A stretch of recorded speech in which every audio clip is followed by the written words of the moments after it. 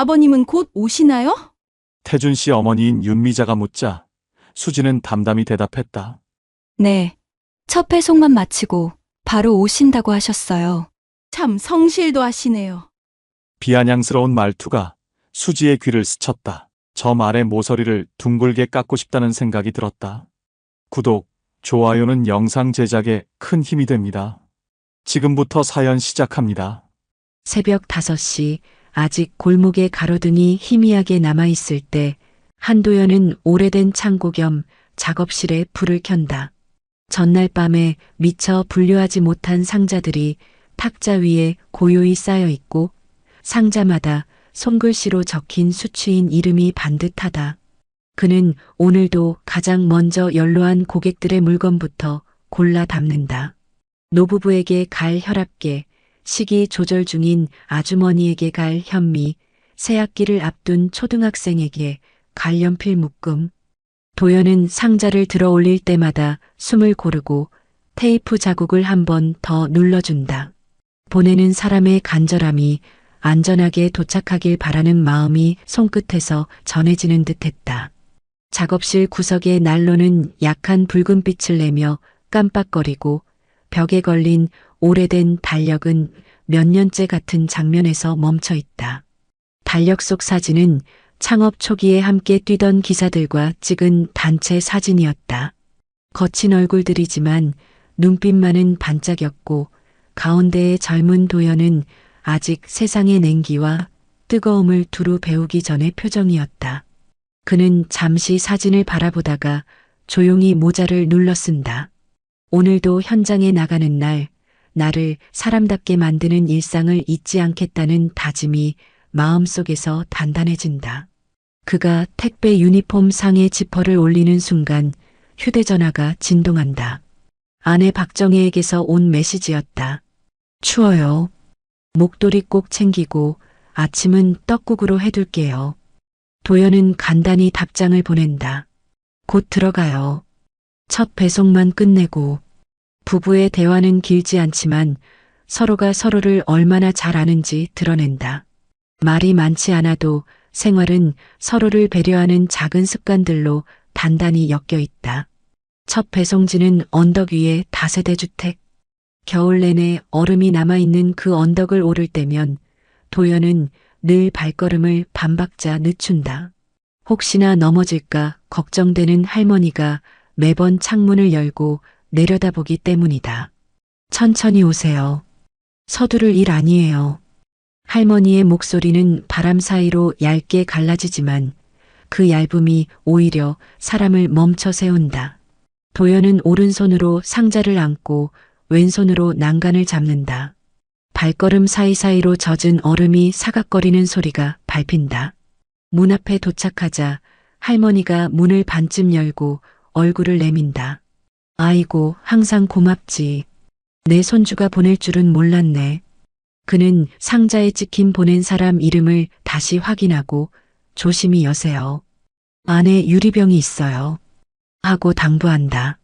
할머니는 허리를 굽혀 인사하고 도연은 두 손을 모아받는 사람에게 예의 바르게 고개를 숙인다. 두 번째 배송은 동네 의원.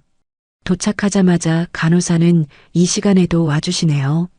환자분 검사 시약이 급했어요. 하고 인사를 건넨다.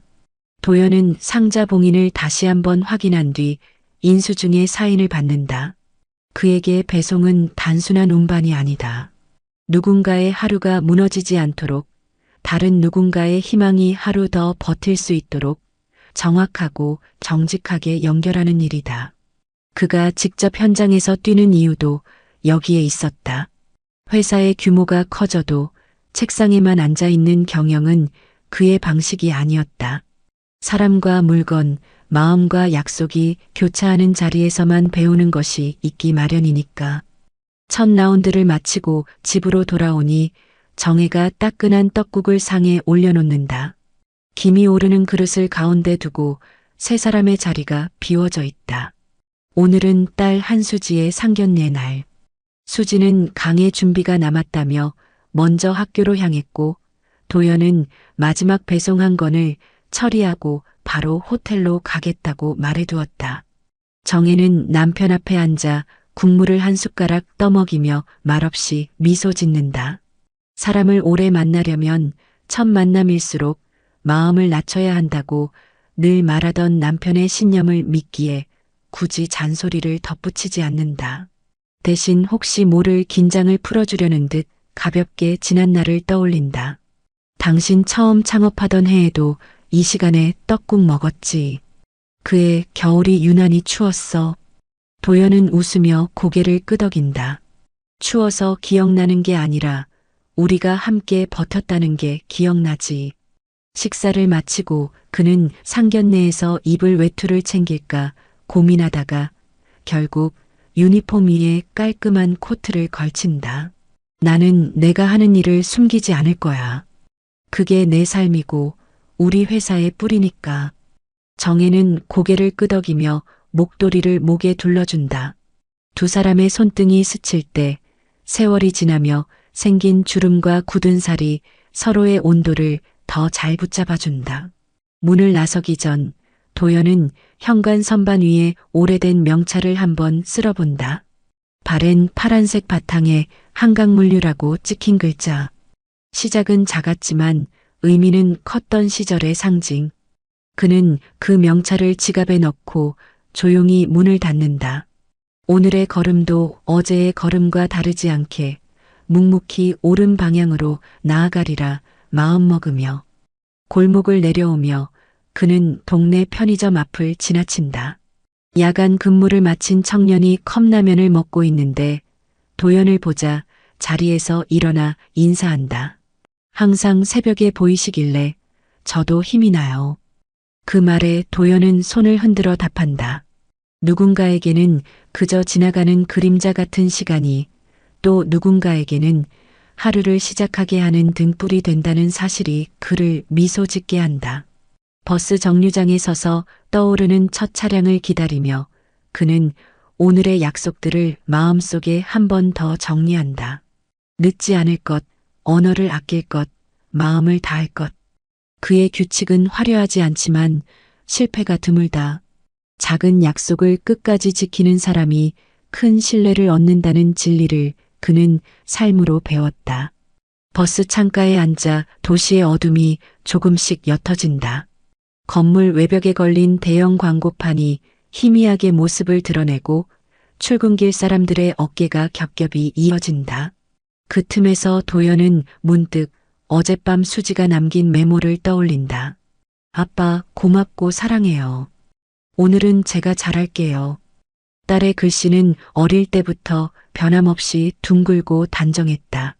그는 그 메모를 지갑에서 꺼내 다시 읽고 명찰 뒤에 조심스레 끼워 넣는다.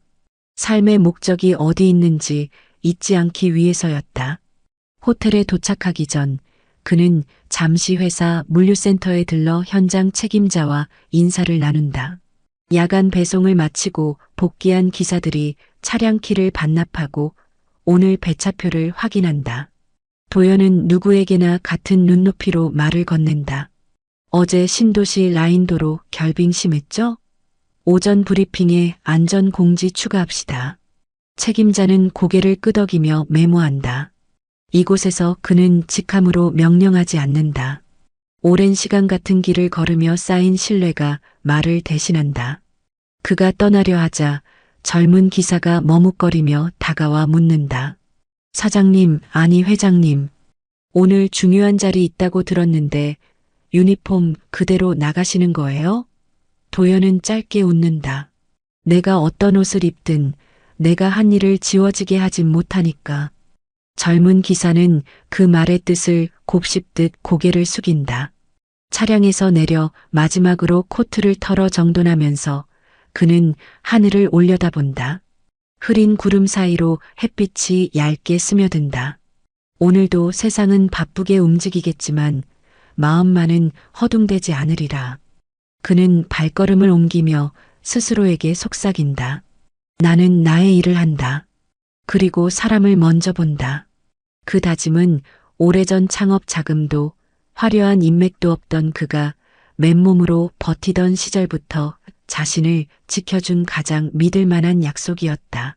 한 번도 배신하지 않은 약속. 오늘도 그 약속을 따라 걸을 뿐이다. 호텔 예약팀과의 통화가 끝난 뒤 수지는 깊은 숨을 내쉬었다. 상대 측 어머니 윤미자의 마지막 한마디가 귓가에서 쉽게 사라지지 않았다. 상대 집안이 택배라면서요? 호텔 드레스 코드는 아시죠? 말끝을 흐리며 던진 질문이었지만 질문이 아니었다. 판단이었고 경고였다. 수지는 핸드폰 화면을 잠시 내려다보다가 조용히 메모 앱을 열었다. 상견례 준비 체크리스트 마지막 항목에 작은 별표를 붙인다. 존중의 기준을 잃지 말 것. 그녀는 스스로에게 그 약속을 매번 되새겨왔다. 수지는 아버지의 직업을 택배기사라고만 주변에 소개해왔다. 거짓말이 아니었다. 아버지는 실제로 배송을 했고 현장에서 사람들을 만났다. 다만 사람들은 그 한 줄짜리 사실 뒤에 있는 긴 이야기를 궁금해하지 않았다. 창업의 고단함, 실패의 기록, 조직을 세우고 지키는 일의 무게, 그리고 무엇보다 사람을 사람으로 대하려는 고집. 수지는 그 이야기를 함부로 꺼내지 않기로 했다. 아버지의 뜻이기도 했다. 우리가 어떤 사람인지 겉으로 보이는 것 말고도 증명할 길이 많다. 최태주는 수지와 대학 동문이었지만 학부와 대학원 시절을 서로 다른 길에서 보냈다. 졸업 후 태주는 각종 모임과 단체에서 얼굴을 넓히는 데 집중했다. 수지는 강의실에서 학생들과 씨름하며 사소한 진실들을 더듬었다. 두 사람은 여러 차례의 만남 끝에 결혼을 이야기하게 되었고 부모 세대의 만남을 준비하는 과정에서 균열의 기색이 조금씩 드러났다. 태주는 우리 부모님이 체면을 중시하셔서 장소는 호텔이 좋겠다고 말했고 수지는 장소보다 서로에 대한 존중이 중요하다고 답했다. 대화는 갈등으로 번지지 않았지만 두 사람의 가치가 닿는 지점이 넓지 않다는 사실을 조용히 드러냈다. 상견례 전날 밤 수지는 어머니와 차를 마시며 마음을 다잡았다. 정혜는 딸의 손을 잡고 물었다. 불편하면 그만두어도 돼. 결혼은 내 인생을 함께 꾸릴 사람이랑 해야지. 체면으로 묶인 사람하고는 오래 못 가. 수지는 씩 웃었다. 엄마 알아. 그래도 마지막까지 정성을 다해볼게. 아버지가 늘 그러셨잖아. 사람이 먼저라고. 두 사람의 대화는 외유내강이었다. 단단한 중심이 있었고 중심을 흔들지 않는 부드러움이 있었다. 그날 밤늦게 수지는 태준에게 메시지를 보냈다. 내일 부모님께는 아버지가 택배 일을 하신다고 말씀드렸지? 현장에서 일하시는 걸 난 자랑스럽게 생각해.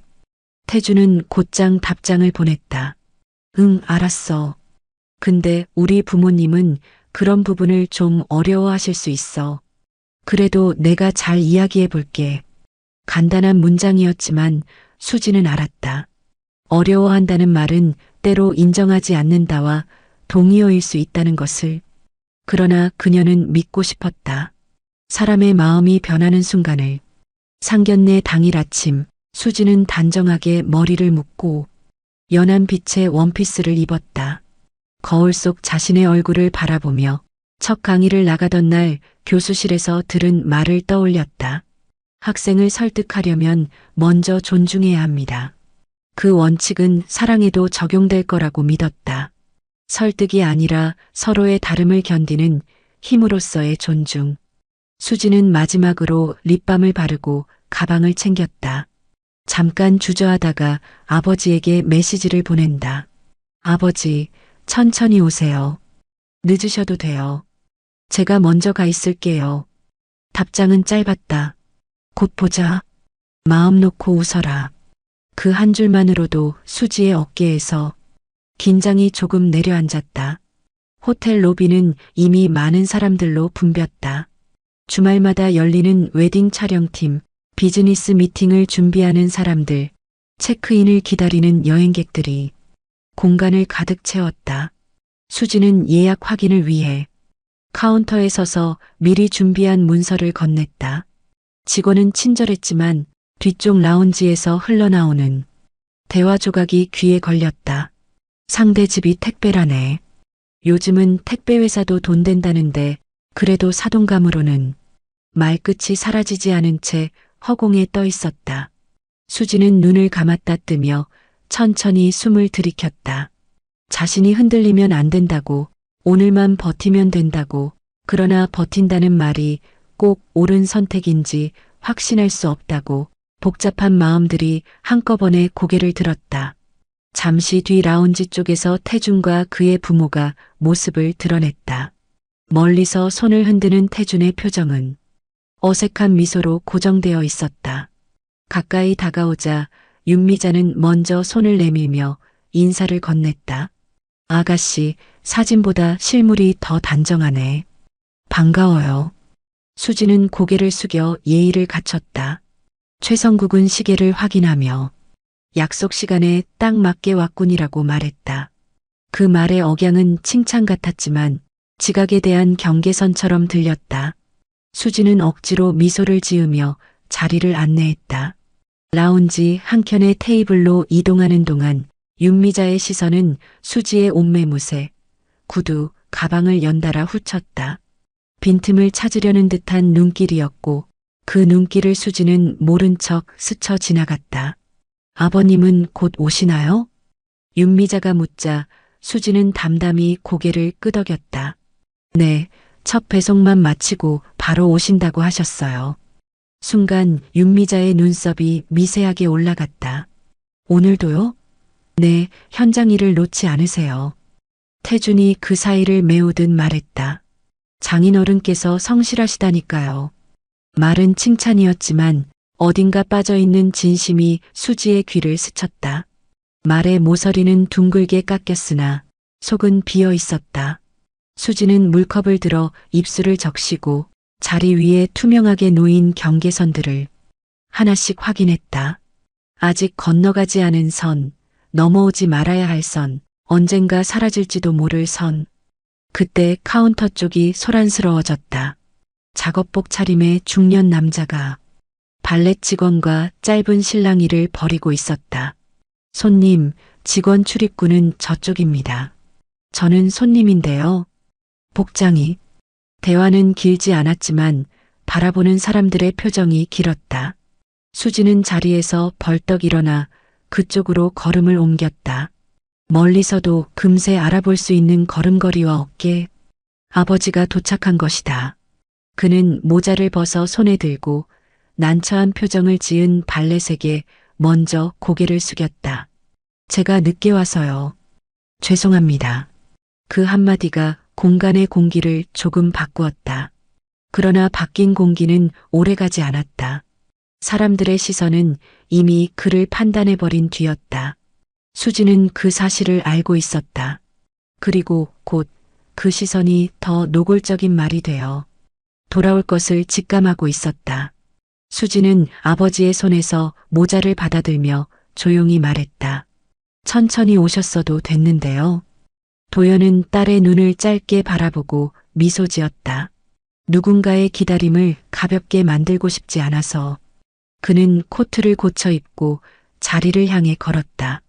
그 뒷모습을 바라보는 라운지의 몇몇 눈동자가 따라붙었다. 누구는 호기심으로, 누구는 경멸로, 누구는 단순한 구경으로. 수지는 마음속으로 작은 다짐을 다시 세웠다. 오늘 어떤 말이 오가든 나는 내 편을 지킬 것이다. 그 다짐이 그녀의 어깨를 똑바로 세웠다. 자리를 옮겨 앉자마자 미묘한 균열이 생겼다. 메뉴판을 펼친 윤미자가 가장 비싼 코스와 중간 가격의 코스를 번갈아 살피더니 태준 쪽을 힐끗 보며 말했다. 우리는 A 코스로 할까? 말투는 부드러웠지만 우리 눈에 방점이 찍혀 있었다. 수지는 물냄새를 맡듯 어색함을 감지했으나 미소를 잃지 않았다. 도연은 저는 간단한 식사면 충분합니다. 일이 있어 곧 다시 나가봐야 해서요. 라고 설명했다. 그 순간 최성국의 눈빛이 차갑게 흔들렸다. 오늘 같은 날에도 일을요? 중요한 자리인데. 그는 시계를 한 번 더 확인하며 덧붙였다. 약속은 중요하지요. 수지는 아버지의 말에 곁을 세우려다 한 박자 쉬었다. 변명은 때로 마음을 더 초라하게 만든다. 대신 물컵에 물을 채워 아버지 앞에 놓았다. 정혜는 조용히 대화를 다른 방향으로 돌렸다. 태준 씨는 요즘 어떤 책을 읽나요? 수지가 수업에서 다루는 책을 몇 권 추천해 주더군요. 태준은 준비된 미소로 화답했다. 저는 실용서를 주로 봅니다. 인맥 관리나 자기 개발 같은 것들이요. 세상은 결국 관계니까요. 도연은 고개를 끄덕이며 관계가 중요하지요. 다만 그 관계를 버티게 하는 건 결국 신뢰일 겁니다. 라고 말했다. 그의 목소리는 낮고 단단했다. 웨이터가 와인을 추천하며 잔을 놓는 동안 윤미자는 수지의 손가락을 흘깃 보았다. 액세서리가 거의 없는 손. 검소하네. 요즘 아가씨들은 다들 반짝이는 걸 좋아하던데. 칭찬처럼 들리는 말이었지만 자랑의 기준을 은근히 강요하는 뉘앙스가 묻어 있었다. 수지는 담담하게 웃었다. 저는 수업 자료가 늘 손에 묻어서요. 그 대답에 윤미자의 눈동자가 아주 미세하게 굳었다. 깔끔하게 떨어지는 대답이 반격처럼 느껴졌기 때문이다. 식전빵이 나온 뒤부터 대화는 조금씩 삐걱거렸다. 최성국은 자신의 과거 직함과 인맥을 여과 없이 드러냈다. 예전에 협회 쪽에서 나를 찾으면 말이지 다들 와서 먼저 인사를 했어. 사람은 자리에서 나오는 힘이란 게 있거든. 그는 잔을 기울이며 당연한 듯 말했다. 도연은 자리에서 나오는 힘이 아니라 자리에서 드러나는 책임을 떠올렸지만 굳이 말하지 않았다. 대신 수지가 긴장한 어깨를 살짝 잡아주는 것으로 마음을 전했다. 그 작은 동작만으로도 수지는 숨을 고를 수 있었다.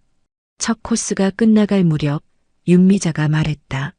아버님은 어느 업체에 계신다고 했죠? 수지가 답했다. 아버지는 현장에서 직접 배송을 하세요. 윤미자의 입꼬리가 흔들렸다. 아, 그러시구나. 요즘은 그런 일을 외주로 돌리는 데가 많아서 직접 하시는 분이 드물죠. 현장 일이 손에 남는 게 많아요. 말끝에 얇은 웃음이 덧붙었다. 그 웃음은 도연의 유니폼에서 묻어난 먼지를 보고 있음을 숨기지 않았다. 최성국은 잔을 내려놓으며 부연했다.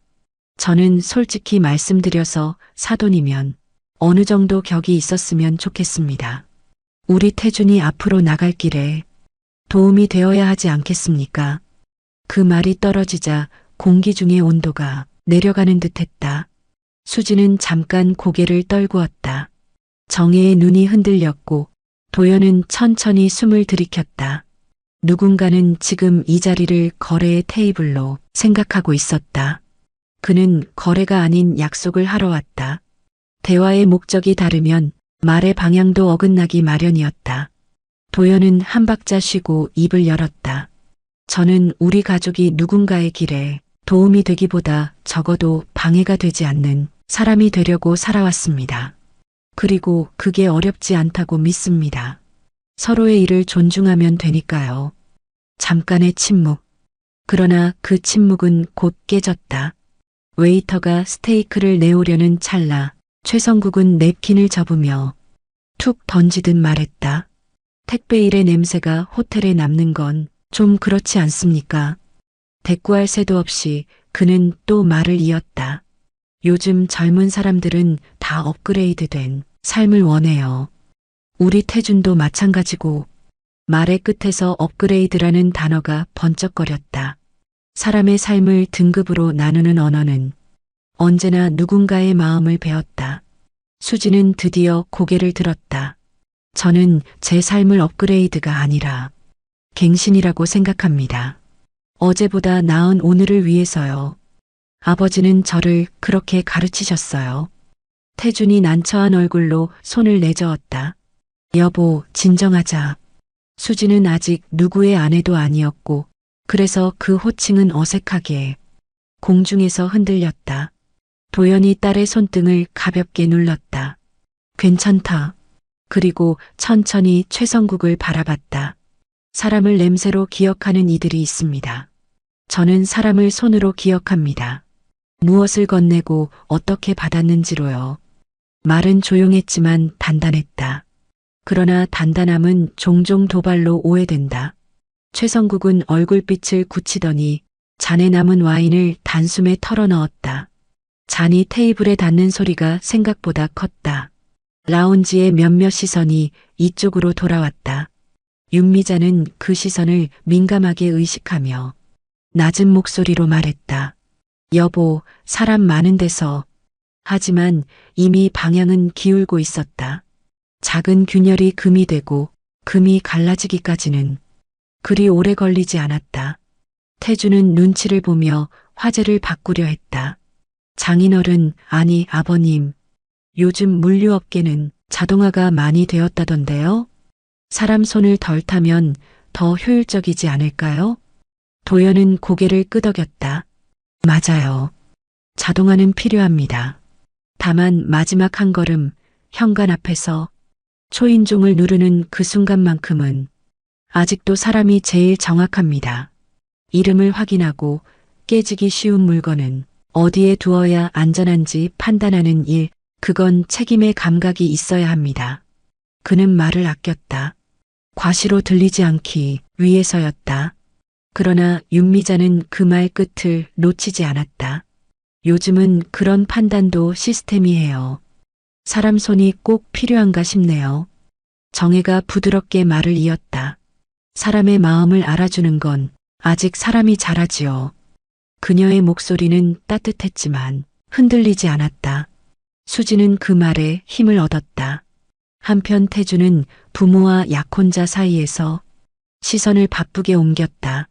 그의 이마에 얇은 땀이 맺혔다. 대화의 온도가 오를수록 그의 중립은 불가능해졌다. 어느 편에도 확고히 서지 못하는 태도는 곧 누군가에게 상처가 될 터였다. 메인 요리가 도착했을 때 웨이터가 실수로 소스를 조금 흘렸다. 도연은 반사적으로 냅킨을 들어 그 자리를 가렸다. 괜찮습니다. 제가 닦을게요. 웨이터는 연신 미안하다며 고개를 숙였다. 그 순간 윤미자가 낮게 중얼거렸다. 현장 일하시는 분은 이런데 민첩하시네. 농담처럼 포장된 말이었지만 칭찬이 아니었다. 수지는 고개를 들었고 도연은 아무 말 없이 미소만 지었다. 타격을 흡수하는 미소. 오래 현장을 다닌 사람만이 낼 수 있는 표정이었다. 식사가 끝나갈 즈음 최성국은 계산서를 집어들었다. 오늘은 내가 계산하겠습니다. 우리 쪽이 장소를 정했으니 예의지요. 그는 카드를 꺼내며 슬쩍 덧붙였다. 앞으로도 이런 자리는 내가 주로 챙기게 될 겁니다. 우리 집안이 그래왔거든요. 그 말은 소소한 배려처럼 보였지만 관계의 주도권을 선포하는 선언이었다. 도연은 고개를 숙여 감사 인사를 했고 정혜는 담담히 미소 지었다. 수지는 숟가락을 내려놓으며 마음속에서 작은 금이 커지는 소리를 들었다. 그 금은 소리 없이 길어지고 있었다. 자리에서 일어나 로비로 이동하는 길, 사람들의 시선이 다시금 도연의 유니폼을 스쳤다. 하루에도 수십 번 같은 시선을 받지만 오늘만은 달랐다. 그 시선 뒤에 곧 도착할 말들이 기다리고 있다는 것을 그는 알고 있었다. 문 앞에서 누군가가 실수로 부딪히며 죄송합니다. 직원분인 줄이라 말하자 도연은 밝게 웃으며 괜찮습니다. 하고 넘어갔다. 수지는 그 웃음이 마음을 아프게 한다는 사실을 숨겼다. 아버지는 늘 자신이 먼저 상처받지 않는 쪽을 선택했다. 그래서 가족이 상처받지 않게 하기 위해서였다. 엘리베이터 앞에서 잠시 멈췄을 때 태준이 작게 말했다. 장인어른, 다음에는 복장을 조금 더 갖추시면 좋을 것 같습니다. 부모님이 많이 신경 쓰셔서요. 그는 부탁에 어조를 얹었지만 말은 이미 요구로 들렸다. 수지는 그 말에 고개를 돌렸다. 복장은 예의의 문제지 사람의 가치를 가르는 기준이 아니야. 도연이 조용히 답했다. 엘리베이터 문이 열리자 네 사람의 표정은 거울처럼 서로를 비추었다. 누군가는 체면을, 누군가는 존중을, 누군가는 안정을, 그리고 누군가는 사랑을 지키려 했다. 같은 공간에 서 있었지만 각자가 지키려는 것은 서로 달랐다. 상견례의 식탁은 형식적으로는 완벽했다. 접시의 배열, 잔의 각도, 냅킨에 접힌 모양까지 흠잡을 데가 없었다. 그러나 형식이 빈틈없이 빛날수록 그 사이로 흘러나오는 말의 그림자는 길어졌다. 후식차가 나올 즈음 윤미자는 아무렇지 않은 얼굴로 물었다. 사돈어른은 근속은 얼마나 되셨어요? 수지는 질문의 미세한 어긋남을 듣고 눈을 들었다. 근속은 회사가 직원에게 묻는 말이었고 사돈에게 쓸 말은 아니었다. 도연은 웃으며 받아넘겼다. 저는 제가 정한 근속을 지키고 있습니다. 시작부터 지금까지요. 정혜가 분위기를 부드럽게 돌리려 작은 에피소드를 꺼냈다. 얼마 전 동네 초등학교에서 봉사활동을 했는데 아이들이 택배 아저씨가 오니까 제일 먼저 달려오더라고요. 자기 이름을 정확히 불러주는 사람이 반가웠나 봐요. 그 말에 수지는 고개를 끄덕였다. 이름을 정확히 부르는 일, 그것이야말로 누군가를 존중한다는 가장 간단한 증거라고 그녀는 믿었다. 하지만 최성국은 다른 곳을 보고 있었다. 그는 선물 보따리를 펼치듯 자신의 인맥을 늘어놓았다. 협회 고문께서도 우리 태준을 아끼셔. 사람은 줄을 잘 서야 한다니까. 줄이란 것은 많이 서 있다고 해서 좋은 것이 아니더군요. 도연이 잔을 내려놓으며 말했다. 서 있어야 할 자리에만 서면 됩니다. 나머지는 양보해도 괜찮고요. 그의 말은 공격이 아니었다.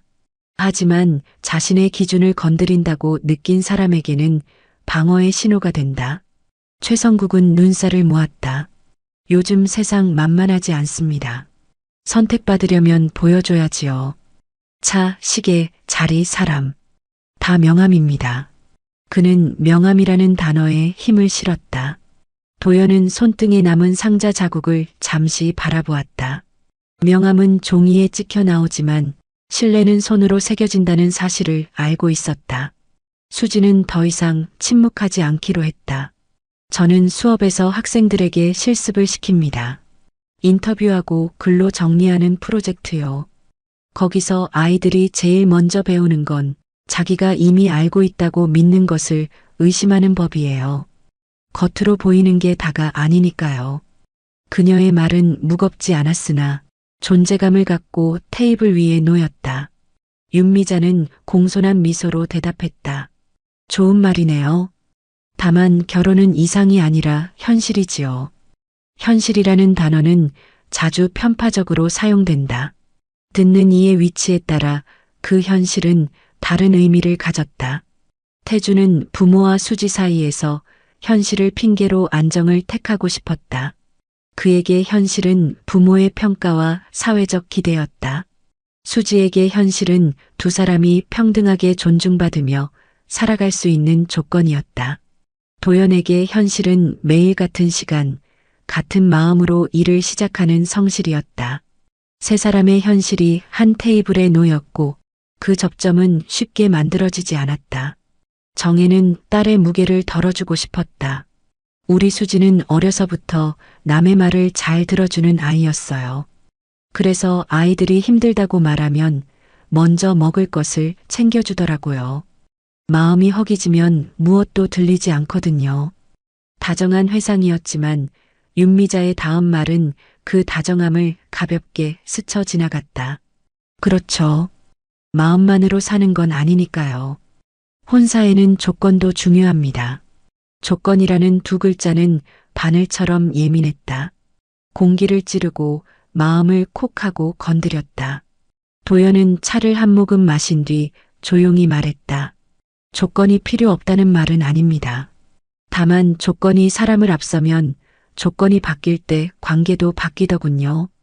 저는 오래가는 것을 좋아합니다. 변하는 것 사이에서 변하지 않는 것을 지키는 삶. 그의 말은 스스로에게도 확인하는 다짐이었다.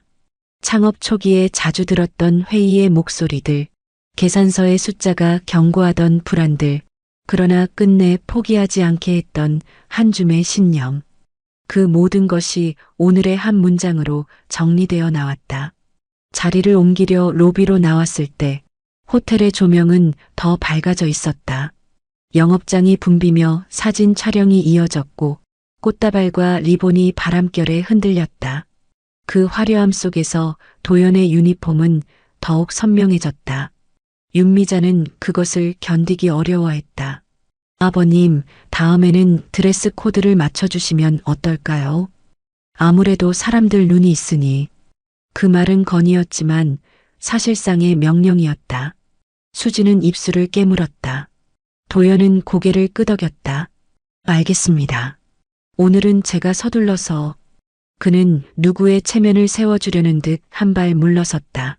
그러나 물러섬이 언제나 평화를 주는 것은 아니다. 때로는 더 큰 무례를 불러들이는 초대장이 되기도 한다. 엘리베이터가 열리고 닫히는 사이사이에 결정적인 한마디를 기다리는 침묵이 자랐다. 표정은 밝았고 예의는 갖춰졌으며 말은 완곡했다. 하지만 누구나 알고 있었다. 이 침묵 뒤에 날 것이 튀어나올 것임을. 금은 이미 길게 뻗어 있었고 누군가의 손끝이 그 금을 건드리기만 하면 거미줄처럼 깨져나갈 참이었다. 테이블로 돌아오며 수지는 아버지의 걸음걸이를 흘끗 보았다. 여느 때와 다르지 않은 그러나 조금 더 단단한 뒷모습. 그녀는 알았다. 무례가 폭발하는 순간에도 아버지는 자신을 잃지 않을 것을. 그리고 바로 그 점이 누군가에게는 이해할 수 없는 강함으로 보일 것임을. 그때 호텔 현관 쪽에서 바람이 들어오며 로비의 식물 잎사귀가 사각거렸다. 작은 소음 하나에도 신경이 곤두선 사람들의 시선이 그쪽으로 향했다가 다시 테이블로 돌아왔다. 최성국은 자리를 고쳐 앉으며 입을 열었다. 우리 시대에는 신랑 집안이 신부 집안을 이끄는 게 자연스러웠습니다. 요즘은 많이 달라졌다지만 기본은 지켜야죠. 그의 말에 수지는 천천히 고개를 돌려 그를 바라보았다. 기본이라면 서로의 존중 아닐까요? 단정한 발음, 흔들림 없는 눈빛. 순간 테이블 위의 물잔 표면이 미세하게 떨렸다. 누군가의 손끝이 긴장으로 움직였기 때문일 것이다. 도연은 대화를 더 이상 길게 하지 않으려 했다. 결론 없는 논쟁은 서로를 소모시킬 뿐이었다. 오늘은 서로 첫 인사를 나누는 자리입니다. 좋은 인사만 남기고 싶습니다. 간결한 문장으로 그는 대화를 마무리 지었다. 그러나 대화는 끝나지 않았다. 끝내고자 할수록 끝내지 못하게 하는 힘이 작동했다. 체면은 종종 사람을 몰아붙인다. 지금 물러서면 진다. 양보하면 낮아진다. 그런 오해가 마음을 굳게 만든다. 웨이터가 차를 채우려 다가왔을 때 윤미자가 손사래를 쳤다. 괜찮아요. 우리가 알아서 할게요. 사소한 거절이지만 그 사소함이 모여 분위기를 만든다. 작은 무뚝함들이 쌓일수록 큰 오해가 태어난다. 수지는 아버지의 옆모습을 바라보다가 조용히 물었다. 아버지, 이제 가실까요? 그 질문에는 피로와 안도가 동시에 담겨 있었다. 더 이상 상처가 자라기 전에 이 자리를 정리하자는 신호. 도연은 고개를 끄덕였다. 그래, 인사드리고 일어나자. 그러나 그 순간 최성국이 무언가를 확인하듯 수지의 손목시계를 보더니 짧게 웃었다. 요즘 젊은 사람답지 않게 검소하네. 태준아, 선물로 하나 해드려라. 말끝의 웃음은 호의처럼 포장되었지만 정확히는 평가였고 서열하였다. 수지는 예의 바르게 고개를 숙였지만 마음속에서는 딱딱한 조약돌 하나가 또 굴러 떨어졌다. 굴러 떨어진 돌은 겉으로는 보이지 않지만 발밑을 조금씩 불편하게 만든다. 그 불편함이 어느 지점에 다다르면 사람은 결국 멈춰서게 된다. 그리고 멈춘 자리에서 진실을 말하게 된다. 아직 그때는 아니었다. 그러나 멀지 않았다.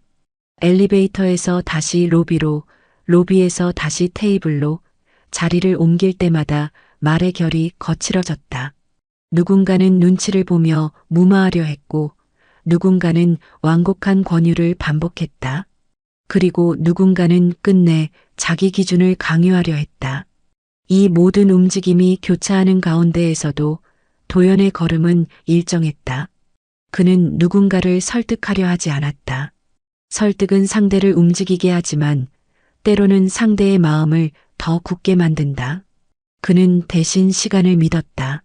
사람의 진심은 오래 볼수록 드러난다. 오늘 이 자리에서 설령 오해가 생겨도 언젠가 진실이 스스로 모습을 드러내리라. 그렇게 믿는 사람이 세상에는 항상 소수라는 사실도 함께 알면서 작은 실수가 큰 폭발을 불러올 때가 있다. 후식 접시가 치워지고 계산을 마치려는 순간 최성국은 마치 오래 참아온 말을 꺼내듯 목청을 고쳤다. 솔직히 말씀드리겠습니다. 오늘 자리에서도 느꼈지만 우리 집안과는 좀 맞지 않아요. 한 문장은 차갑고 간단했다. 이어지는 말은 더 서늘했다.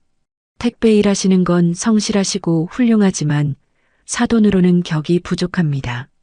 호텔이 택배 냄새로 가득할까 걱정하는 사람도 있으니까요.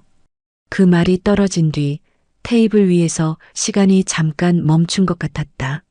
누군가의 숨소리, 누군가의 숟가락이 접시에 닿는 소리, 멀리서 들려오는 피아노 소리오리 한순간 가늘어졌다. 수지는 귀에서 핏소리가 울리는 것을 느꼈다. 정혜는 잔을 내려놓으며 손가락을 고리처럼 엮었다. 도연은 고개를 들었다.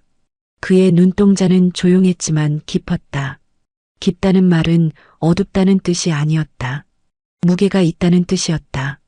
윤미자는 남편의 말을 수습하려는 듯 웃었다. 오해 없으시길. 저희가 체면을 좀 따져서요. 요즘도 세상은 냉정하잖아요. 신분 상승이라는 게 아무래도 말끝이 모호하게 떠 있었다. 모호함은 때로 더 잔인하다. 분명한 모욕보다 모호한 멸시는 더 오래 남는다. 수지는 그 모호함이 아버지의 손등 위로 낙엽처럼 내려앉는 것을 보았다.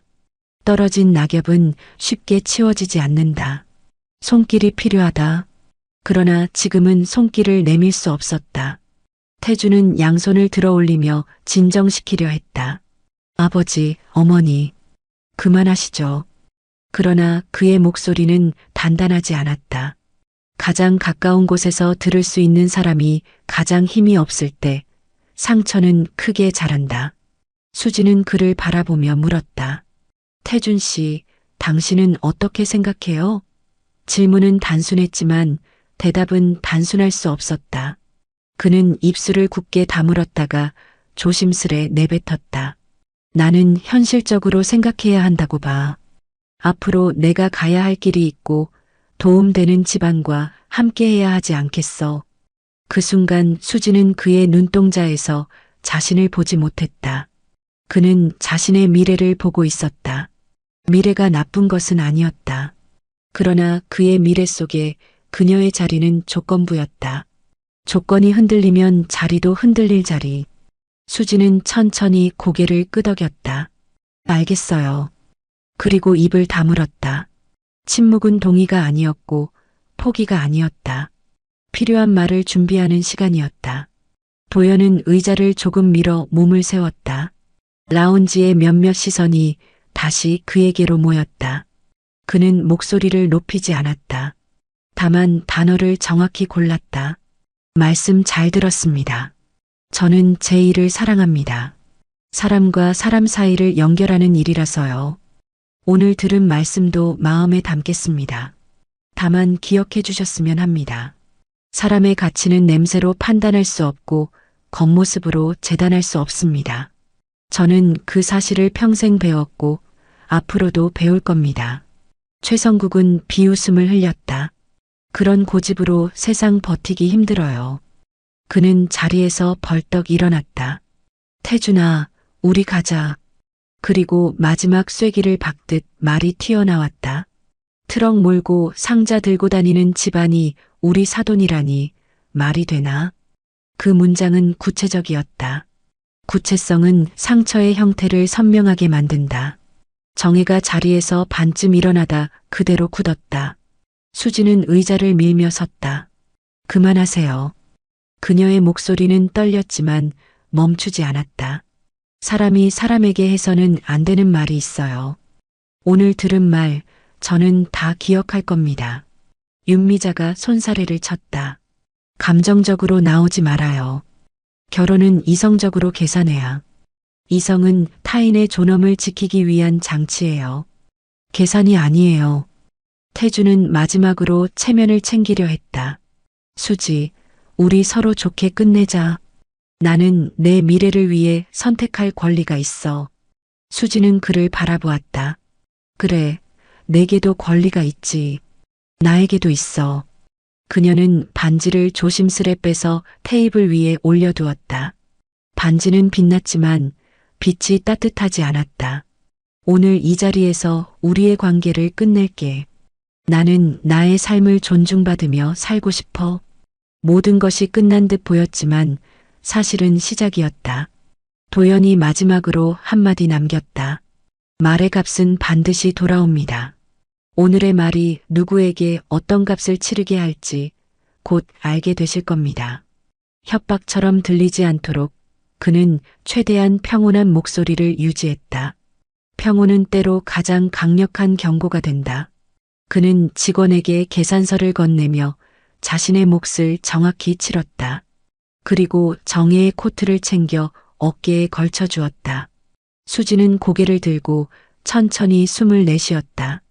울지 않기로, 오늘은 울음을 나중으로 미루기로 마음먹었다.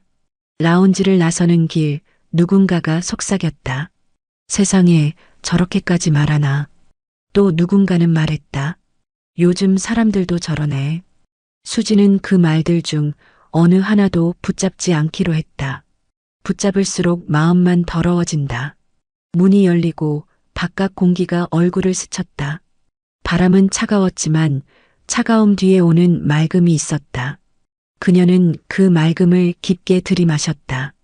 오늘을 견디기 위해, 내일을 살아가기 위해. 호텔 밖 계단을 내려오며 도연은 한 번도 뒤를 돌아보지 않았다. 돌아보는 순간 누군가의 말에 발목이 잡힐 것 같아서였다. 그는 주차장으로 향하는 길에 휴대전화를 켰다. 화면에 딸의 어린 시절 사진이 잠깐 떠올랐다가 잦아들었다. 그때 메시지가 도착했다. 물류센터 야간조 반장의 보고였다. 새벽 라인 얼음 해소 완료. 오전 브리핑에 안전 문구 추가했습니다. 도연은 짧게 답했다. 수고했네. 모두 따뜻하게 챙겨 먹이고. 일상이 무너지지 않게 붙드는 작은 지시. 그 몇 글자에 그의 삶의 방식이 고스란히 담겨 있었다. 정혜가 조심스레 물었다. 힘들지? 도연은 고개를 저었다. 힘들지. 그런데 견딜만해. 우리가 지켜온 것이 있으니까. 수지는 두 사람 사이를 걸으며 손을 꼭 잡았다. 아버지, 미안해요. 나 때문에. 도연은 발걸음을 멈추고 수지를 바라봤다. 내 탓이란 건 세상 어디에도 없단다. 누군가의 말이 너를 낮게 만들 수 없다. 내가 낮아지지만 않으면 돼. 그는 딸의 어깨를 가볍게 감쌌다. 말 한마디로 부서지지 않는 삶, 그 삶을 보여주고 싶었다. 차 문을 열기 전 그는 하늘을 한번 올려다보았다. 구름 사이로 해가 살짝 고개를 내밀고 있었다. 세상은 여전히 거칠고 마음은 여전히 흔들리지만 그럼에도 불구하고 사람의 가치가 사라지지는 않는다는 것을 그는 안다. 그는 엔진을 걸고 천천히 주차장을 빠져나왔다. 자동차 백미러 속으로 호텔 건물이 멀어졌다. 건물은 멀어졌지만 오늘 들은 말들은 아직 가슴 가까이에 있었다. 그러나 그 말들 주위에 그는 다른 것들을 더했다. 약속, 책임, 존중, 그리고 사랑. 그 단어들이 말의 상처를 조금씩 감싸기 시작했다. 그날 밤 수지는 다이어리에 짧게 적었다. 오늘 끝났고 그래서 시작이다. 그녀는 펜을 내려놓고 눈을 감았다. 아버지의 마지막 말이 귓가에서 잔향처럼 남아 있었다. 말의 값은 반드시 돌아온다. 그 말이 단지 누군가를 향한 경고가 아니라 자기 자신을 향한 다짐이기도 하다는 것을 그녀는 이해했다. 내일 아침 그녀는 강의실에서 학생들에게 말할 것이다. 우리는 늘 판단할 자유가 있지만 판단에는 책임이 따라요. 책임을 말하는 사람으로 살아가겠다고 그녀는 조용히 결심했다. 호텔을 빠져나와 집으로 돌아온 세 사람은 각자 다른 무게를 가슴에 안고 있었다. 차 안에서 내내 말을 잇지 못했고 집에 들어서자마자 정혜는 곧장 부엌으로 향했다. 무엇이라도 따뜻한 걸 끓여야 이 차갑고 쓸쓸한 분위기를 덜어낼 수 있을 것 같았다. 수지는 신발도 벗기 전에 거실 소파로 걸음을 옮겨 그대로 주저앉았다. 긴장과 수치와 슬픔이 한꺼번에 몰려들어 눈물이 터져 나올 것 같았지만 이를 악물고 참았다. 그녀는 두 손으로 얼굴을 가리고 가쁜 숨을 내쉬었다. 도연은 현관에 서서 잠시 가족의 모습을 바라보다가 천천히 코트를 벗어 옷걸이에 걸었다. 그는 깊은 숨을 내쉬며 자신을 진정시킨 뒤 딸 옆에 앉았다.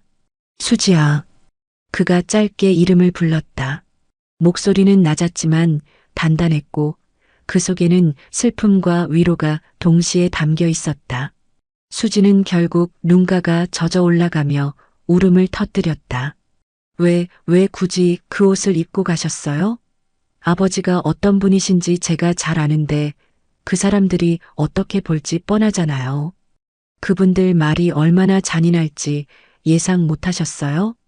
그녀의 목소리는 억눌러온 감정이 터져나와 떨렸고 동시에 아버지를 향한 원망과 미안함이 뒤섞여 있었다.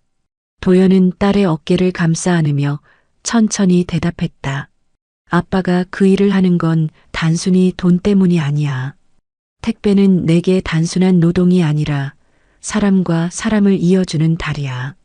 내가 직접 현장에서 뛰어야 직원들이 겪는 어려움도 알 수 있고 고객들이 어떤 마음으로 물건을 기다리는지도 느낄 수 있어. 만약 내가 오늘 그 옷을 벗고 다른 모습으로 나타났다면 내 삶의 절반을 부정하는 게 되지 않겠니? 수지는 눈물을 닦으며 고개를 저었다. 하지만 사람들이 그렇게 보지 않잖아요. 그 사람들은 아버지를 무시하고 나까지 함부로 대했어요. 그냥 조용히 넘어가셨으면 안 됐어요? 그녀의 말 속에는 사회의 냉혹함 앞에서 아버지를 지키고 싶은 마음과 동시에 아버지의 고집스러운 정직함 때문에 상처받은 자신을 원망하는 모순된 감정이 섞여 있었다. 정혜가 따뜻한 차를 가져와 딸 앞에 놓으며 말했다. 세상은 쉽게 바뀌지 않아. 하지만 내 아버지는 늘 자기 방식을 지켜왔어. 그게 우리를 여기까지 버티게 한 힘이야.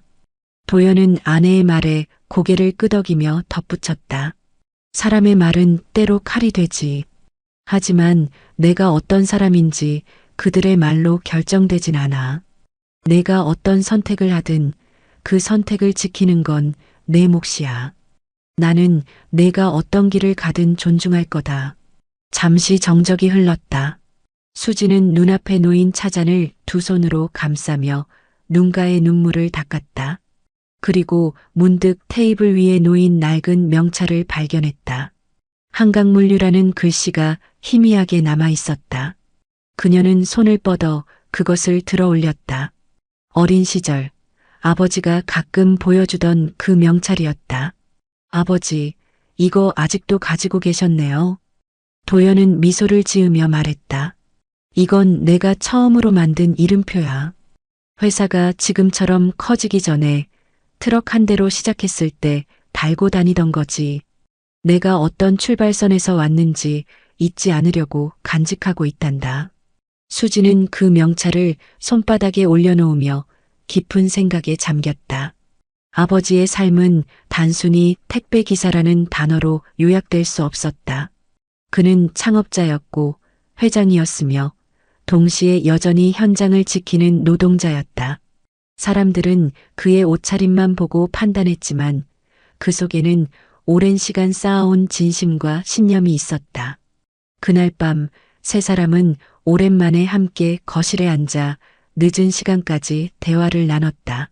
때로는 침묵으로, 때로는 짧은 문장으로 서로의 상처를 어루만졌다.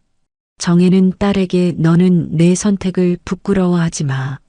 우리가 누구인지 알고 있는 사람은 결국 우리뿐이야 라고 말했다. 수지는 그 말을 마음에 새기며 눈을 감았다. 도연은 창밖을 바라보며 묵묵히 앉아 있었다. 바람이 창문을 스치며 지나갔지만 그의 마음에는 이미 단단한 결의가 싹트고 있었다. 언젠가 그들이 오늘의 말을 후회하게 될 거다. 하지만 우리가 먼저 그들을 무너뜨릴 필요는 없어. 삶이 알아서 보여줄 테니까. 도연은 속으로 그렇게 다짐했다. 그는 누구보다 잘 알고 있었다. 시간이 지나면 결국 진심이 드러난다는 것을. 그리고 그 진심 앞에서 허영과 체면은 부서질 수밖에 없다는 것을. 며칠이 흐른 뒤 집 앞 우편함에 두툼한 봉투가 도착했다. 발신인은 한강물류그룹 본사. 정혜가 우편물을 들고 와 거실 탁자 위에 올려놓자 도연은 안경을 쓰고 봉투를 조심스레 열었다. 봉투 안에는 금박으로 장식된 2장의 카드가 들어 있었다. 하나는 창립 30주년 기념식 초대장이었고 다른 하나는 행사 순서와 참석자 명단이 적힌 안내장이었다. 초대장 전면에는 큼지막하게 한강물류그룹 사람과 사람을 잇는 30년이라는 문구가 새겨져 있었다. 도연은 한동안 아무 말 없이 초대장을 바라보았다. 그의 눈에는 30년 전 트럭 한 대와 낡은 창고에서 시작했던 그때의 기억이 떠올랐다. 비바람이 몰아치던 날 지게차도 없이 맨손으로 상자를 옮기던 직원들의 얼굴, 겨울 한파 속에서 얼어붙은 손가락으로 서류를 작성하던 시절, 그리고 고객이 고맙습니다 라는 한마디를 건넬 때 느껴지던 벅찬 감정까지 모든 장면이 한순간에 되살아났다. 그는 숨을 고르며 초대장을 탁자에 내려놓았다. 벌써 30년이구나. 우리가 함께 버틴 시간, 그게 바로 한강물류의 역사야. 정혜는 남편의 어깨에 손을 얹으며 조용히 웃었다. 당신이 현장을 떠나지 않고 계속 뛰었으니 오늘의 자리가 있는 거죠. 아무리 회사가 커져도 초심을 잃지 않았으니까. 그녀의 눈빛에는 자부심과 동시에 걱정이 스며 있었다. 도연이 이 행사에서 어떤 메시지를 던질지, 혹여 그날의 상처가 다시 드러나지 않을지 염려가 된 것이다. 수지는 안내장을 집어들고 참석자 명단을 훑어보다가 놀란 듯 눈을 크게 떴다. 아버지, 여기에 업계 인사뿐만 아니라 언론사 대표, 지자체장, 그리고 장학금 받은 학생들까지 모두 온다고 되어 있어요. 전국 방송으로 생중계도 하네요. 그녀는 잠시 머뭇거리다가 조심스럽게 물었다. 혹시 상견례 때 있었던 일 때문에 아버지가 더 강하게 말씀하시려는 건 아니죠? 도연은 미소를 지으며 고개를 저었다. 아니야. 이번 행사는 나 개인의 자존심을 세우기 위한 자리가 아니야. 한강물류가 어떤 가치를 지켜왔는지 우리 직원들과 세상에 다시 한번 말해주는 자리일 뿐이다. 사람의 가치를 겉모습이나 직업으로 판단하는 세태에 경종을 울리고 싶을 뿐이야. 그의 목소리는 단호했다. 하지만 그 속에는 여전히 지난 상견례에서 들었던 모욕의 기억이 묻어 있었다. 정혜는 남편의 표정을 살피며 말했다. 나는 그날 일을 잊고 싶어. 하지만 당신이 마음속에서 어떻게 느끼는지도 알아. 그래도 너무 정면으로 언급하지는 마세요. 혹여 괜한 오해가 생기면 도연은 그녀의 말을 차분히 끊었다. 걱정 마. 나는 복수하러 가는 게 아니야. 다만 내가 지켜온 가치를 말할 뿐이다. 듣는 사람들이 그 의미를 깨닫든 못 깨닫든 그것은 그들의 몫이지. 그때 수지가 입술을 깨물며 말했다. 아버지, 그날 호텔에서 저는 너무 무력했어요. 아무 말도 못하고 아버지를 지켜드리지도 못했죠. 이번엔 다를 거예요. 객석에 앉아서 아버지를 끝까지 지켜볼게요. 그게 제 몫이라고 생각해요. 도연은 딸을 바라보며 손을 잡았다. 고맙다. 내 시선이 나를 더 단단하게 해줄 거야. 내가 거기 있다는 것만으로 충분하다. 한편 같은 시각 다른 집에서도 초대장이 도착했다. 업계 지인을 통해 초대 소식을 들은 최성국 부부는 우편함을 열며 의아한 표정을 지었다. 윤미자가 카드를 펼쳐보고는 놀라움과 욕심이 동시에 담긴 목소리로 말했다. 한강물류그룹 회장이 직접 초대한 거야? 이런 자리는 놓치면 안 되지. 업계 큰손들이 다 모일 텐데 우리가 인맥을 만들어두면 앞으로 도움될 게 많아. 최성국은 카드에 문구를 곱씹으며 고개를 끄덕였다. 그래, 요즘 물류업계가 빠르게 성장하고 있지. 우리가 다시 자리를 잡으려면 이 정도 행사에 얼굴을 비춰야 해. 줄을 대두면 나쁠 게 없지. 그는 은퇴 후 사업 실패로 자존심에 금이 갔던 지난날을 떠올리며 이번 기회가 체면을 회복할 발판이 될 거라 기대했다. 태주는 부모의 대화를 들으며 불편한 기색을 감추지 못했다. 그는 여전히 수지를 생각하고 있었고 무엇보다 지난 상견례에서 아버지가 퍼부은 모욕적인 말들이 떠올라 얼굴이 화끈거렸다. 하지만 그는 부모의 결정 앞에서 늘 그렇듯 침묵할 수밖에 없었다. 그의 마음속에는 두려움이 자리 잡고 있었다. 혹여 행사장에서 다시 수지를 마주치면 어떻게 해야 할까? 아버지가 또다시 무례한 태도를 보이면 어떻게 수습해야 할까? 그러나 그는 그 두려움을 끝내 말로 꺼내지 못했다. 행사 준비는 전국 언론이 주목할 만큼 대대적으로 진행되었다. 주요 신문에는 기념식 광고가 실렸고 방송국에서는 생중계 편성을 확정했다. SNS에는 한강물류 30주년 해시태그가 빠르게 퍼졌다. 사회에서는 한강물류가 단순한 물류회사가 아니라 사회적 가치를 지켜온 기업이라는 평가가 잇따랐다. 장학금 수혜 학생들이 직접 후기를 남기며 감사를 전했고 소상공인 단체에서는 위기 때마다 함께해준 회사라며 지지를 보냈다. 정혜는 뉴스 화면을 바라보다가 남편에게 다시 물었다. 정말 이 모든 걸 공개적으로 하실 거예요? 조용히 치를 수도 있었잖아요. 언론까지 오면 모든 게 기록으로 남아요. 도연은 잠시 생각에 잠겼다가 고개를 끄덕였다. 맞아. 기록으로 남길 거야. 우리 회사가 어떻게 시작했는지, 어떤 길을 걸어왔는지, 그리고 앞으로 어떤 세상을 만들고 싶은지. 기록은 사람의 기억보다 오래 간다. 그리고 언젠가 오늘의 기록이 누군가에게 힘이 되겠지. 그날 밤 도연은 서재에서 연설문을 손보았다. 그는 원래 짧고 간결한 문장을 좋아했지만 이번만큼은 단어 하나하나에 더 큰 신중을 기울였다. 사람의 가치, 노동의 품위, 겉모습보다 마음. 그가 평생 지켜온 신념들이 문장으로 정리되었다. 연설문 마지막 부분에 그는 이렇게 썼다. 사람의 삶을 평가하는 기준은 직업의 이름이 아니라 그 일을 대하는 태도입니다. 그리고 태도는 겉모습이 아니라 마음속 깊은 곳에서 나옵니다.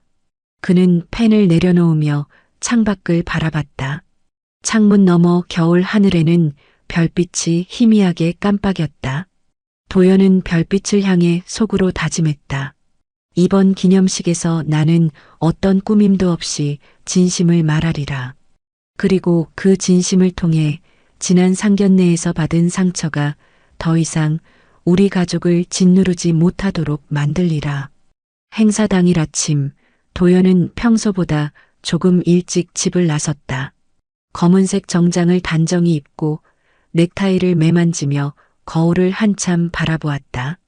오랜만에 유니폼이 아닌 양복을 입으니 낯설기도 했다. 하지만 오늘은 단순한 기념식이 아니었다. 그가 걸어온 길을 세상 앞에 보여주는 자리이자 수많은 사람들에게 노동의 품위를 다시 말하는 무대였다.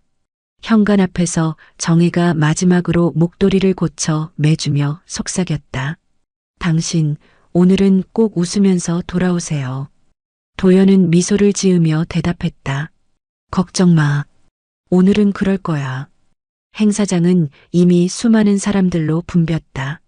각계각층의 인사들, 언론사 기자들, 그리고 초청받은 장학금 수혜자들까지 모두 자리를 가득 채웠다. 대형 스크린에는 한강물류그룹 창립 30주년 사람을 잇는 30년이라는 문구가 번쩍였다. 객석 한편에는 최성국 부부와 태준도 앉아 있었다. 그들은 초대장을 받고 반신반의했지만 업계 인맥을 넓히려는 욕심으로 참석했다. 그러나 행사장 곳곳에 걸린 도연의 사진과 연역 자료를 보는 순간 얼굴이 굳어졌다. 사진 속 젊은 시절의 도연은 트럭 앞에서 환하게 웃고 있었고 창업자 겸 회장 한도연이라는 설명이 선명히 붙어 있었다. 사회자가 무대 위로 올라와 개회를 선언했다. 오늘 우리는 한강물류의 30년 역사를 기념하기 위해 모였습니다. 그리고 그 길을 직접 걸어오신 분을 모시겠습니다. 창업자이자 회장 한도연. 순간 플래시 세례가 쏟아졌고 박수 소리가 장내를 가득 메웠다. 도연이 무대 위로 걸어 나왔다.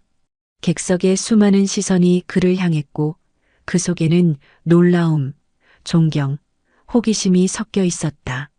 그러나 최성국 가족의 표정은 얼음처럼 굳어 있었다. 도연은 마이크 앞에 섰다. 잠시 숨을 고른 뒤 차분한 목소리로 연설을 시작했다. 저는 지금도 주 2회 직접 배송을 합니다. 이유는 단순합니다. 우리가 하는 일이 곧 사람의 삶을 연결하는 일이기 때문입니다. 택배 상자 하나가 누군가의 하루를 지탱합니다. 그 사실을 잊지 않으려 현장에 서 있습니다. 그의 목소리는 흔들림이 없었다. 객석에서는 고개를 끄덕이는 사람들이 늘어났고 기자들은 분주히 메모를 했다. 그는 이어서 말했다. 많은 이들이 묻습니다. 왜 회장이 직접 배송을 하느냐고. 저는 이렇게 답합니다. 책상에 앉아 있는 것만으로는 사람의 마음을 알 수 없기 때문입니다. 고객이 초인종을 누르며 기다리는 그 순간 아이가 상자를 받고 기뻐하는 그 표정을 보는 것이야말로 이 일이 가진 진짜 힘입니다. 그리고 그것이 우리 회사를 여기까지 이끈 원동력입니다. 연설 말미에 도연은 잠시 멈추더니 지난 상견례에서 받았던 모욕을 떠올리게 하는 메시지를 던졌다. 사람의 가치는 겉모습이나 직업의 이름으로 결정되지 않습니다. 진짜 가치는 어떤 태도로 삶을 대하는가에서 나옵니다. 저는 그 사실을 지난 수십 년 동안 배워왔습니다. 여러분도 각자의 자리에서 그 가치를 지켜주시길 바랍니다. 말이 끝나자 장내는 뜨거운 박수로 가득 찼다. 박수 소리 속에서 최성국 가족은 얼굴을 들지 못했다. 그들은 이제야 깨달았다. 자신들이 호텔에서 모욕했던 그 택배 기사가 바로 이 회장이라는 사실을. 행사가 끝난 뒤 VIP 라운지에서는 수많은 대화가 오갔다. 상견례 자리에서 회장님을 무시했다던데 사실이래. 몰라서 한 말이라도 그게 더 문제지.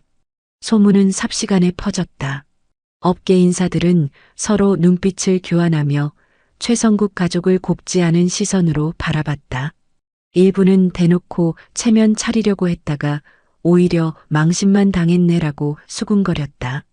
협회에서는 곧바로 움직였다. 태준에게 약속했던 추천 자리는 보류되었고 성국이 노리던 협력사 자문 자리도 취소되었다. 이유는 단순했다. 회장님과의 신뢰관계가 깨졌다. 인맥과 체면을 자랑하던 그들의 기반은 하루아침에 무너졌다. 집에 돌아온 성국은 술잔을 기울이며 분노를 사겼다. 내가 어떻게 쌓아온 인맥인데 저 사람 하나 때문에 다 무너졌어. 그는 소리를 지르며 술잔을 바닥에 내던졌다. 윤미자는 명품 가방을 정리하며 한숨을 내쉬었다. 이제 누구도 우리를 찾지 않아. 백화점 카드도 막히고 모임에서도 연락이 없고 그녀의 목소리는 떨렸지만 여전히 체면을 지키려 애쓰고 있었다. 태주는 방 안에 틀어박혀 전화를 붙잡았지만 누구도 그의 전화를 받지 않았다. 동창 모임 단체방에서도 이미 그와 가족의 이름은 화제가 되었고 사람들은 뒤에서 수군거렸다. 사람을 직업으로 무시하더니 알고 보니 회장이었대. 겉모습만 보고 판단한 대가지. 태주는 휴대폰을 내려놓고 머리를 감싸쥐었다. 그는 처음으로 자신이 잃은 것이 단순한 혼사가 아니라 사회적 신뢰 전체라는 사실을 깨달았다. 가족은 매일 서로를 탓했다. 성국은 아들을 몰아붙였다. 내가 수지를 붙잡았어야지. 내가 제대로 대처했으면 이렇게까지는 안 됐어. 태주는 울분을 터뜨렸다. 아버지가 괜히 큰 소리 쳤잖아요. 아버지가 택배 냄새 운운하지만 않았어도 이렇게 안 됐다고요. 윤미자는 두 사람 사이에서 울부짖었다. 제발 그만해. 우리가 이렇게 된 게 누구 하나 잘못 때문만은 아니잖아. 그러나 그들의 울음과 분노는 가족을 하나로 묶지 못했다. 오히려 더 큰 균열을 만들 뿐이었다. 며칠 후 최성국은 결국 도연에게 사과를 청했다. 그의 체면은 바닥에 떨어졌지만 마음 한구석에서는 여전히 마지막 기회를 붙잡고 싶었다. 도연은 의도적으로 화려한 레스토랑이 아닌 작은 국밥집을 택했다. 허례허식이 없는 곳에서야 비로소 진심이 드러날 거라 생각했기 때문이다. 두 사람은 마주 앉아 국밥을 앞에 두었다. 김이 피어오르는 그릇 사이로 묘한 긴장감이 흘렀다. 성국은 떨리는 손으로 숟가락을 쥐며 말했다. 그날은 제가 몰라서 그랬습니다. 정말 죄송합니다. 겉모습만 보고 판단했지 회장님이실 줄은 몰랐습니다. 그의 목소리는 사과처럼 들렸지만 여전히 변명이 섞여 있었다. 도연은 국물을 한 숟가락 뜨고 조용히 대답했다. 몰라서 한 무례가 더 깊습니다. 그날 당신은 나를 모욕한 게 아니라 내 딸을 모욕했습니다. 사람을 조건으로 판단하는 태도는 결국 가장 소중한 관계를 무너뜨립니다. 그의 말은 차갑지 않았지만 단호했다. 성국은 고개를 떨구었다. 다시는 그런 일 없을 겁니다. 기회를 주십시오. 그는 간절히 호소했지만 도연은 고개를 저었다. 용서는 시간이 할 일입니다. 지금 필요한 건 변명이 아니라 책임입니다. 당신 아들은 내 딸과의 인연을 스스로 끊었고 그 대가를 치르고 있습니다. 이제는 당신도 그 책임을 피할 수 없습니다. 성국은 더는 할 말을 찾지 못했다. 두 사람 사이에 놓인 국밥은 금세 식어갔다. 도연은 자리에서 일어나며 말했다. 나는 내 가족을 지킬 겁니다. 그것이 아버지로서의 책임이니까. 그리고 조용히 계산을 마치고 자리를 떠났다. 성국은 홀로 남아 식지 않은 국밥을 바라보며 깊은 한숨을 내쉬었다.